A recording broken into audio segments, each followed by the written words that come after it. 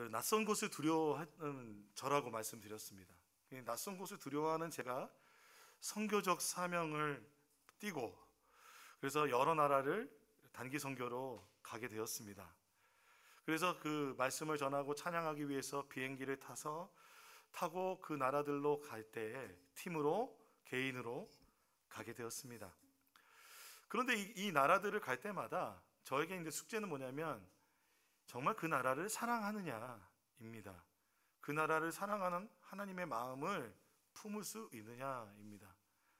그 하나님의 그 나라를 향한, 그 땅을 향한 사랑, 하나님의 마음을 알기 위해서는 그 나라의 역사를 아는 게 굉장히 중요합니다. 그 나라가, 그 민족이 시간의 역사 속에서 어떤 발자취를 로 걸어왔는지, 그리고 그들의 이야기가 어떤 이야기인지, 그들의 삶의 이야기를, 역사를 아는 것이 중요합니다. 그래서 그 역사를 알기 위해서 가는 곳이 우리가 뭐죠? 박물관을 가면 역사를 알 수 있습니다. 그래서 저는 몽골의 단기 선교를 많이 갔는데요. 몽골의 단기 선교를 갈 때마다 꼭 팀원들을 데리고 박물관을 갑니다. 박물관을 가면 대부분 반응이 거기를 왜 가냐 이런 반응입니다. 예, 그러나 저는 그 박물관을 가면 그 나라가 나에게 말을 걸어오는 것 같아요. 우리는 이런 나라다. 그렇게 우리는 이런 역사가 있고 주변 나라들과는 이런 관계를 맺었고 그럼에도 불구하고 우리나라는 이런 정체성이다 라고 말하는 것을 알 수 있습니다. 그래서 그들의 문화를 더 알 수 있고, 문화를 안다는 것은 그 사람들을, 그 백성들을 이해할 수 있는 것이고, 그러므로 그 백성을 사랑할 수 있게 됩니다. 특별히 제가 두바이라는 곳에 박물관을 간 적이 있습니다. 지난주 말씀드린 것처럼 중동을 제가 머리털 나고 처음 가봤습니다. 그 두바이의 박물관은 굉장히 아름답습니다. 그리고 그 두바이 박물관의 안에는 그 두바이라는 그 도시가 자랑하는 것들이 막 있습니다. 그런데 여기에서 굉장히 제가 인상 깊게 보았던 것은 어떤 석유를 발견했다 뭐 이런 것보다 어느 전시장에 딱 들어갔는데 뭐가 있냐면 우물이 있는 거예요. 우물이 하나 딱 있고 그 옆에 그 히잡을 쓴 여인이 물동이를 하나 들고 거기에 마네킹으로 서 있는 거예요. 사람이 서 있는 게 아니라 마네킹이 딱 서 있는 거예요. 딱 그걸 보니까 저는 목사잖아요. 그러니까 요한복음 4장에 사마리아 여인이 여기 있나 생각이 들었습니다. 너무 반가운 거예요. 그러면서 옆에 딱 봤더니 거기에서 자랑하는 게 뭐냐면 옛날에는 이렇게 우물로 물을 길었지만 중동에서 우리나라는 해수 담수화를 거쳐서 물 걱정이 없다. 이걸 자랑하더라고요. 굉장히 큰 자랑처럼 느껴졌습니다. 그런데 우리가 생각할 때 우리나라 사람들이 뭘 굳이 그런 걸 자랑하지? 그 생각 들지 않으십니까? 우리는 물 먹는데 어려움이 없어요. 물 사 마시는데 어려움이 없어요. 우리가 찝찝해서 안 마시는 경우는 있어도 물은 대부분 우리는 마실 만한 물들입니다. 그렇죠? 그런데 우리나라도 사실 물 부족 국가예요. 그거 아세요, 여러분? 저는 이걸 보고 굉장히 놀랐는데 인구 대비해서 우리가 인구 밀도가 높다 보니까 그 물이 부족한 나라라고 합니다. 그런데 중동 땅, 그 사막에 비하면 우리는 물이 많이 있죠. 우리가 지금 우리나라는 정수시설이 잘 돼 있고 그리고 물을 사 먹을 수 있는 대부분 다 경제력이 있습니다. 그렇죠? 그렇기 때문에 물에 대한 부족함을 느끼지 않아요, 거의. 그렇기 때문에 우리가 물 부족 국가라고 하여도 체감되지 않습니다. 그러나 실제로 중동의 그런 나라들에게는 물에 대한 문제는 생존의 문제입니다. 사막에서 물이 없으면 죽는 거죠. 생존의 문제, 그러니까 즉 생명의 문제입니다. 생명의 문제. 만약 우리나라가 이 물을 사 먹을 수 없을 정도가 되고 물을 구할 수 없는 정도의 그런 나라의 위기, 이건 거의 뭐 전쟁이겠죠. 전쟁이나 어떤 독재 정권이 뭐 무서운 정권이 나타나거나 그런 일이 없겠지만, 만약에 그런 일이 일어난다면 이 물을 구한다는 것은 기호의 문제를 떠나버립니다. 생존의 문제가 되는 것입니다. 그만큼 우리는 물의 소중함을 모르지만 물은 생명입니다. 물이 생명이라는 것은 성경 속에서 더 분명하게 나옵니다. 성경의 배경이 어디죠? 그 극동 지방입니다. 중동 지방입니다. 그렇기 때문에 생명을 대부분 물과 연관시켜 말하는 경우가 많습니다. 인간의 생명은 그런데 육체적인 생명만 있는 건 아니잖아요. 그러니까 우리가 육체적으로 우리의 이 육신이 살기 위해서 물이 필요하잖아요. 그래서 그 물을 부족하면 목마름을 느끼죠. 그런데 사람은 육체적일 뿐만 아니라 영적인 존재이기도 해요. 그렇죠? 왜요? 하나님이 우리를 지을 때 그 코에 생기를 후 하고 불어넣으셨습니다. 그래서 우리가 살아있는 영이 되었어요. 그러므로 사람은 영혼과 육체가 같이 있습니다. 전인격적으로 우리가 생명을, 영혼의 생명과 육체의 생명이 연결되어 있는 것, 그것이 바로 인간입니다. 그런데 죄로 말미암아서 타락한 인간은 육체적인 목마름을 느낄 뿐만 아니라 영적인 목마름도 같이 느끼게 되었습니다. 저는 이것이 생명의 결핍이라고 생각합니다. 이 생명의 결핍은 그러므로 목마름이라는 육체적인 그리고 영적인 영혼의 목마름이라는 현상으로 우리가 겪고 살아가게 됩니다. 이 갈증의 문제는 전인격적인 문제예요. 근데 우리 육신의 목마름은 물을 마시면 우리가 해결할 수 있죠. 그런데 그 영혼의 목마름이라는 것, 갈증이라는 것은 눈에 보이지가 않습니다. 그러나 모든 사람들은 이 문제를 가지고 있습니다.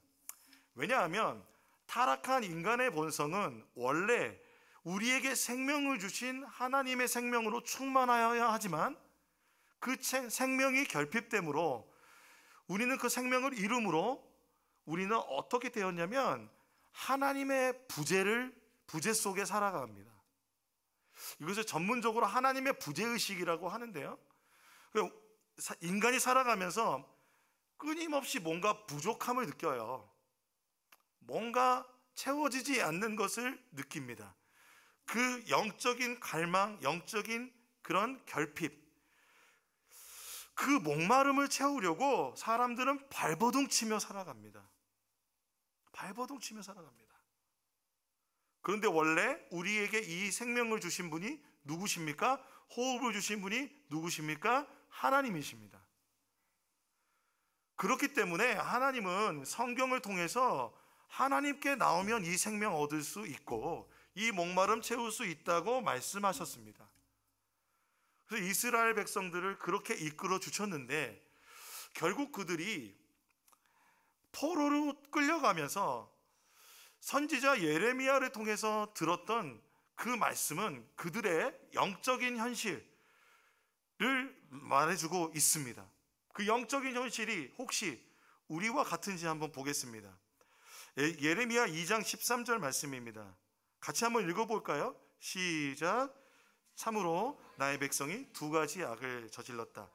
하나는 생수의 근원인 나를 버린 것이고 또 하나는 전혀 물이 고이지 않는 물이 새는 웅덩이를 파서 그것을 샘으로 삼은 것이다. 생명이 물입니다. 즉 생명의 근원 대신 하나님, 생수의 근원 대신 하나님을 버렸습니다. 이스라엘 민족은 그 생명의 근원 대신 하나님을 버렸습니다. 거기에서 더 나아가서 더 큰 문제는 무엇이냐면 우상을 숭배하였습니다. 가나안의 그 농사신들을 숭배하였습니다. 그것을 하나님은 이렇게 말씀하십니다. 전혀 물이 고이지 않는 물이 새는 웅덩이를 파서 그것을 샘으로 삼았다. 즉 목마름을 해결해 줄 수 없는 그 샘을 마치 내 목마름을 채워주는 것처럼 가지고 살았다는 겁니다. 여러분, 우리는 그렇지 않습니까? 한번 돌아볼 필요가 있습니다.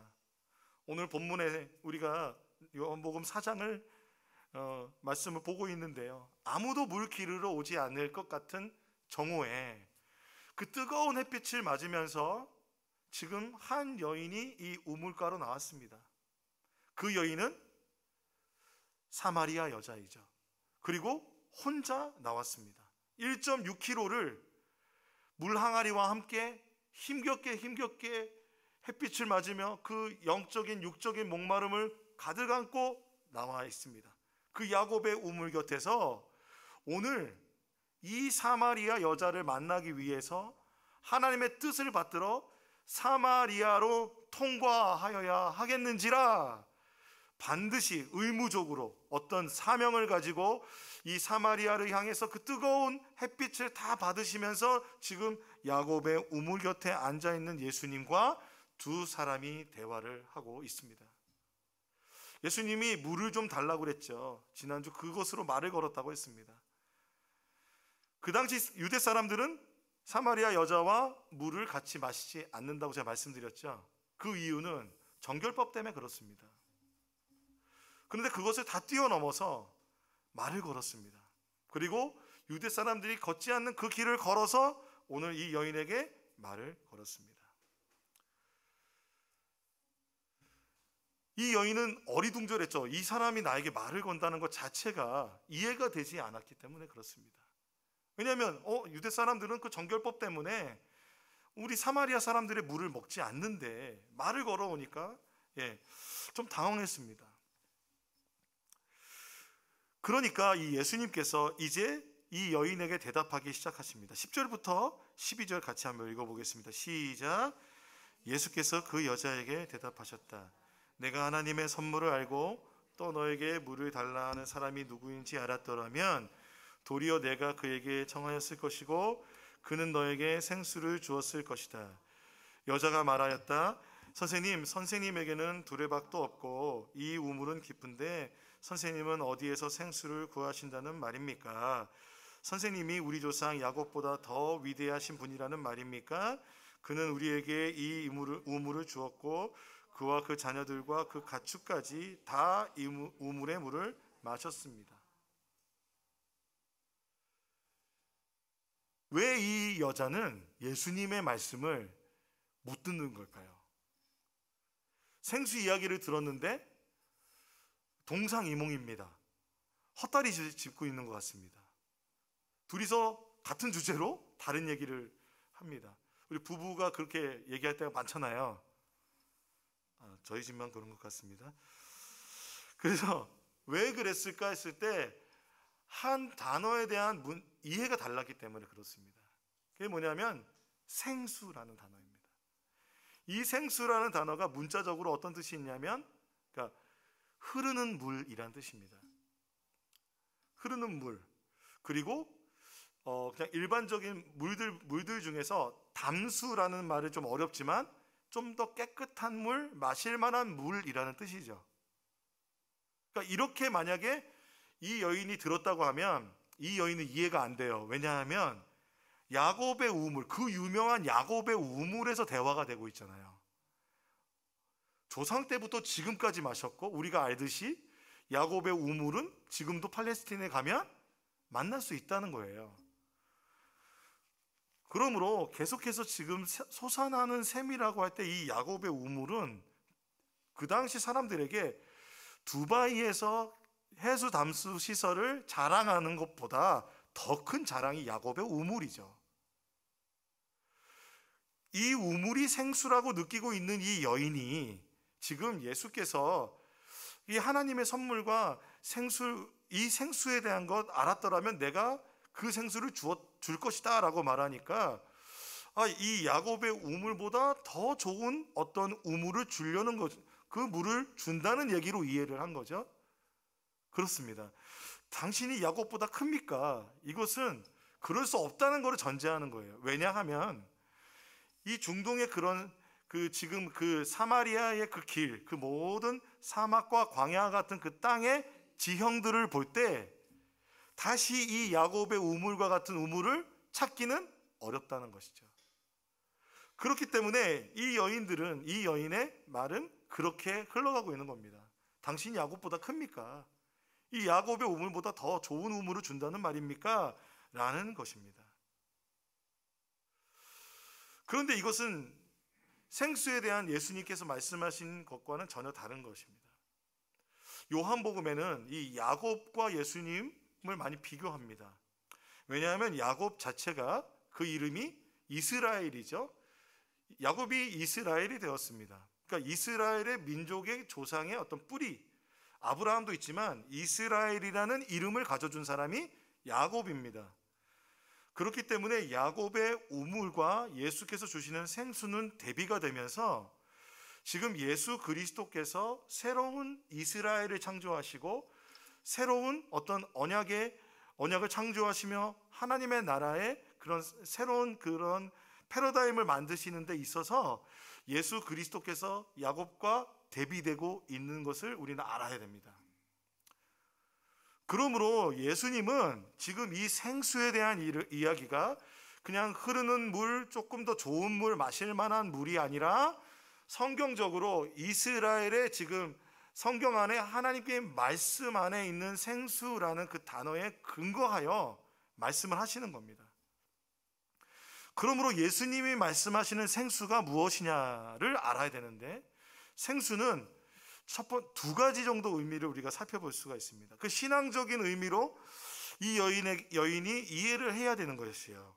그러므로 예수님께서 말씀하시는 하나님이 주시는 생수는 첫 번째는 유대 사람들은 계시, 하나님의 계시, 그러니까 모세오경이라고 하는 토라, 그리고 하나님이 말씀하시는 지혜, 이것을 뭐라고 하냐면 생수라고 합니다. 쉽게 말하면 하나님의 말씀이 생수라는 겁니다.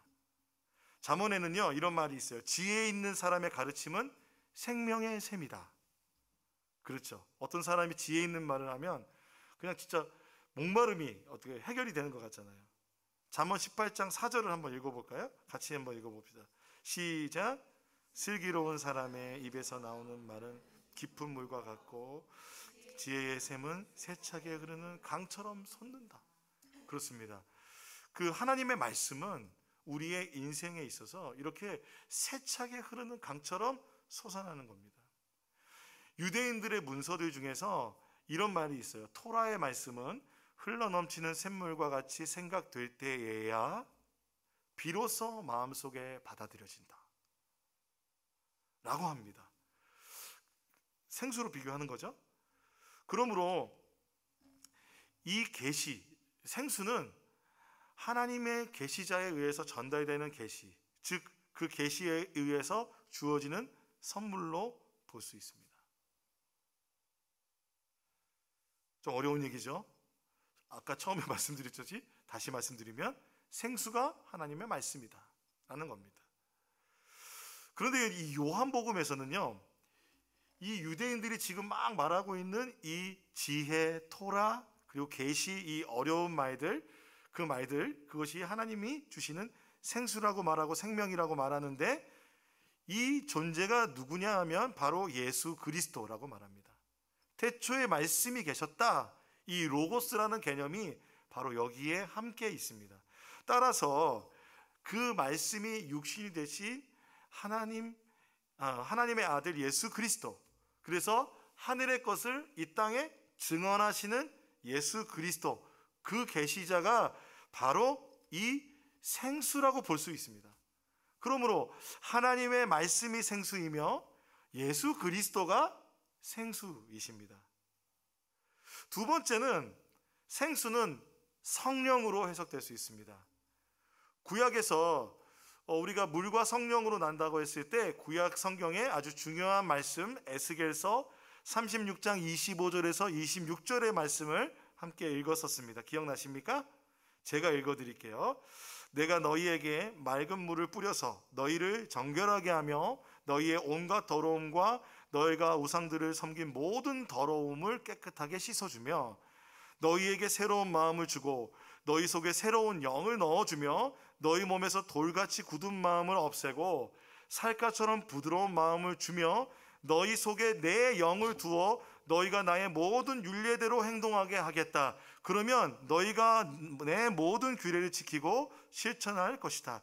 그때에는 내가 너희 조상에게 준 땅에서 너희가 살아서 너희는 내 백성이 되고 나는 너희의 하나님이 될 것이다. 이것이 하나님의 약속입니다.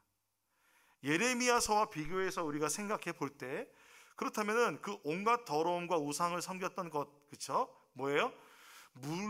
물이 채워지지 않는 물이 새는 웅덩이라고 하는 그 셈, 그게 우상 숭배라는 것이죠. 다른 것을 찾았다는 것이죠. 그곳에서 깨끗하게 해주시고 주님이 새로운 마음을 주시고 그 영을 부어주시는데 새 영을 부어주시는 거예요. 그게 바로 성령님, 오늘 생수가 성령님이신 것입니다. 신약 성경에서 우리가 신앙생활하면서 생수를 성령으로 많이 이해합니다. 오랫동안 그렇게 우리가 설교를 들었습니다. 그것이 맞습니다. 이 생수가 하나님의 선물이라고 예수님 말씀하시는데 이 선물이라는 단어가 도레아라는 단어인데요.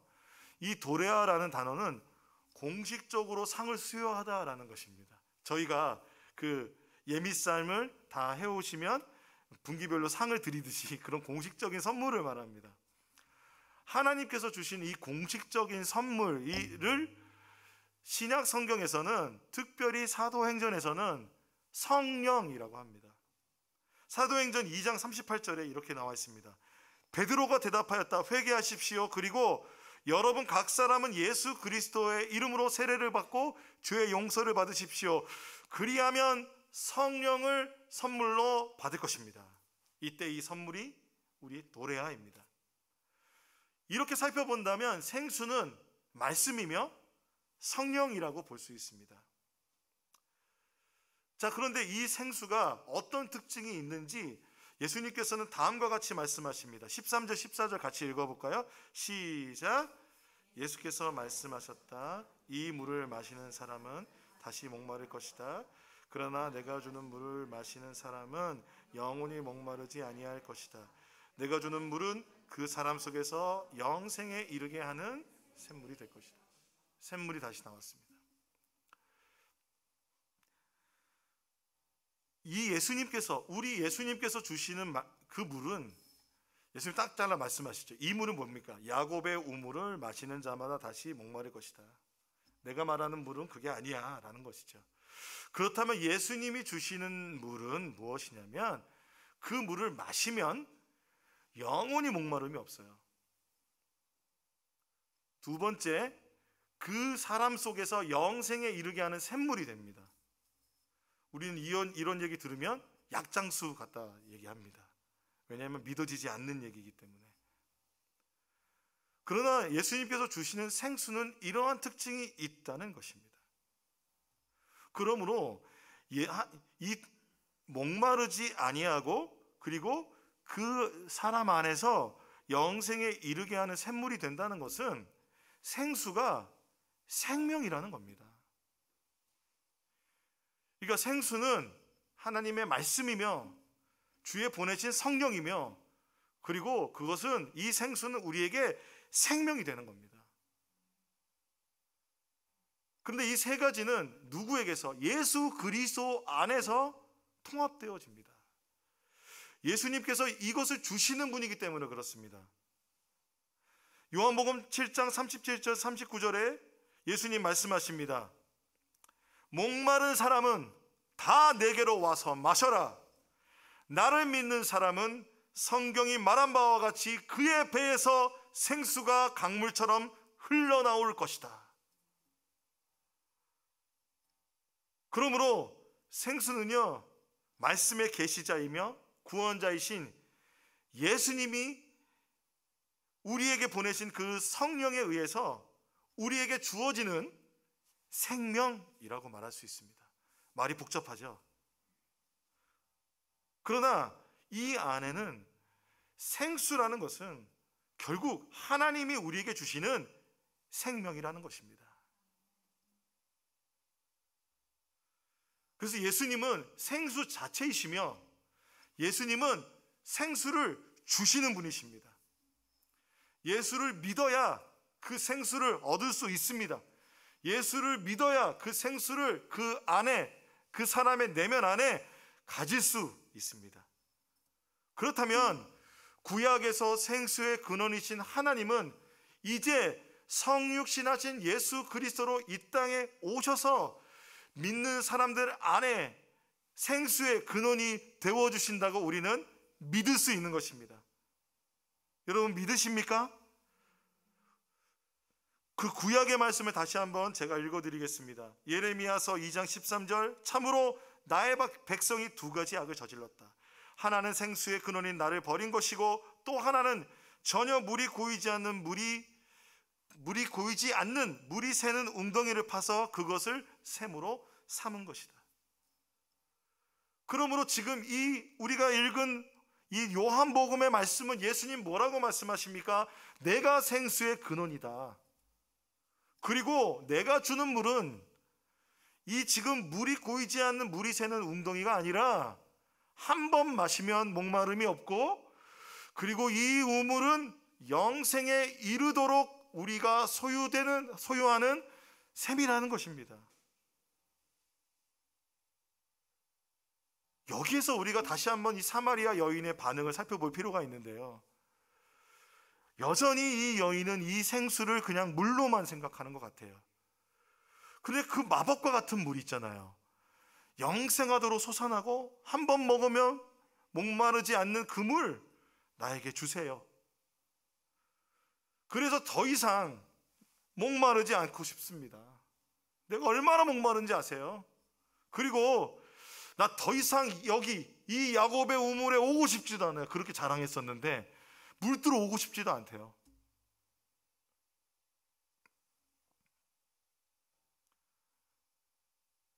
우리는 하나님의 말씀을 들으면서 때로는 이렇게 그 말씀의 본질과 그 말씀의 뜻과 다르게 우리 나름대로 자의적으로 해석해서 나의 필요를 채울 때가 있습니다.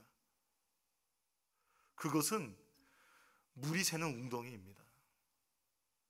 당장의 영적인 필요만, 또는 당장의 나의 마음의 감정의 필요만 채우는, 육체의 필요만 채우는 그러한 신앙생활일 수 있습니다.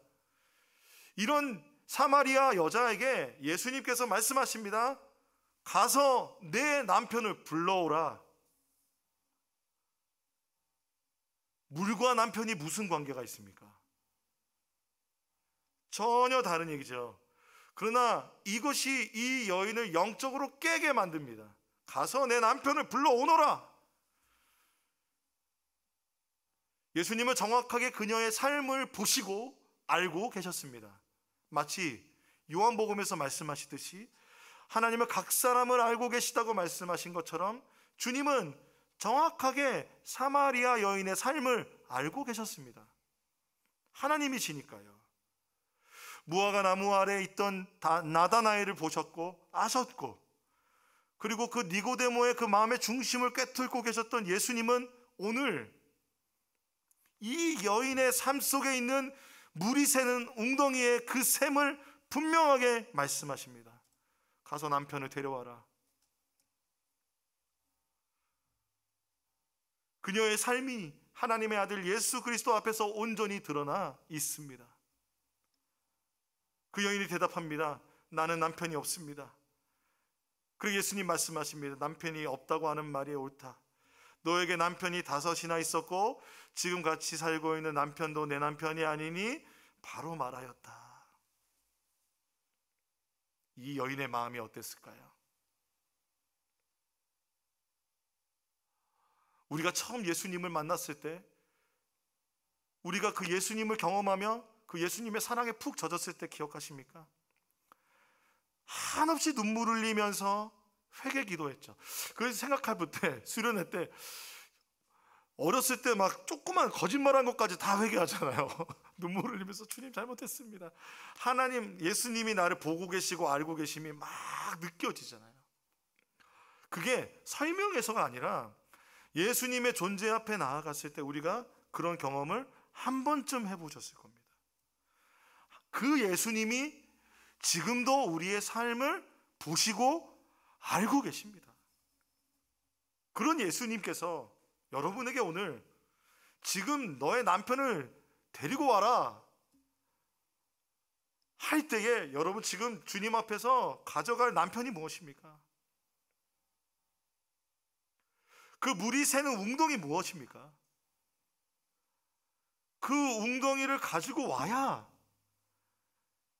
목마름이 없고 영생에 이르게 하도록 우리에게 솟아나는 그 샘물을 우리 안에서 가지고 있다는 것을 다시 확인할 수 있습니다. 예수님이 그 선물을 우리에게 주신다는 것입니다. 이것이 오늘 이 본문이 우리에게 말해주는 것입니다. 이 여인의 삶은 어땠을까요? 이 여인의 삶, 남편이 5이 있는 이 삶은 저는 다른 여러 가지 가능성을 제하고 2가지 가능성을 생각하고 있습니다. 그게 제가 동의가 돼요. 뭐냐면 첫 번째는 5명의 남편이 죽은 것입니다. 그리고 지금 있는 남편과 아직 법적인 혼인관계가 아닌 겁니다. 그렇다면 이 여인은 얼마나 마음의 고통 속에 살까요? 사랑하는 가족의 죽음을 경험해 보신 적 있으십니까? 말로 할 수 없는 고통입니다. 주님의 은혜가 필요합니다. 코로나19로 인해서 제가 이번 주에도 참 안타까운 소식을 몇 가지 들었습니다. 우리는 그분들을 위해서 기도해야 합니다. 우리는 그분들을 위해서 우리의 사랑을 표현해야 합니다.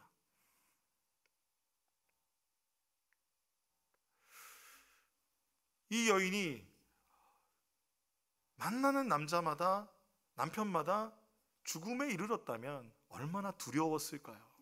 얼마나 무서웠을까요?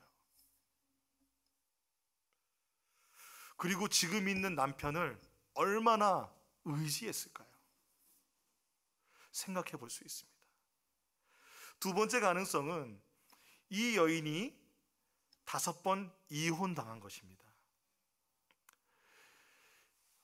많은 사람들은 이 여인이 부정한 여인으로 보는 경우도 있습니다. 그러나 저는 그 입장보다는 당시의 문화, 그러니까 볼 때 남자의 지위가 훨씬 높기 때문에 여인들이 부당하게 이혼을 당하는 경우가 많이 있었을 것입니다. 부당하게 대우를 당하는 경우들이 있었을 겁니다. 우리나라 안에도 지금도 그런 일들이 일어나고 있는 것이 사회적 현실입니다. 그러니 이 여인은 5번이나 이혼을 당했습니다. 그리고 나에게 마음을 줄지 안 줄지도 모르는 이 남자에게 지금 잡혀서 이 남편과 또 아직 혼인 관계도 이루어지지 않은 이 남자와 살고 있습니다. 그러면 이 여인은 얼마나 거절감을 많이 느꼈겠습니까? 자기 자신이 잘못한 것이 아닌데 얼마나 많은 이야기를 들으면서 상처를 받았겠습니까? 마음에 응어리가 져 있을 것입니다. 바로 그 여인에게 오늘 예수님 오신 겁니다. 예수님 오셔서 그 뜨거운 햇빛을 다 받으시고 이 야곱의 우물가에서 이 여인을 만나시면서 이제 그 남편을 나에게 데려와라. 물이 차지도 않고 물이 새는 그 웅덩이, 그 샘 나에게 가져와. 이제 내가 샘을 하나 줄 텐데 내가 주는 샘은 생수야. 이 샘은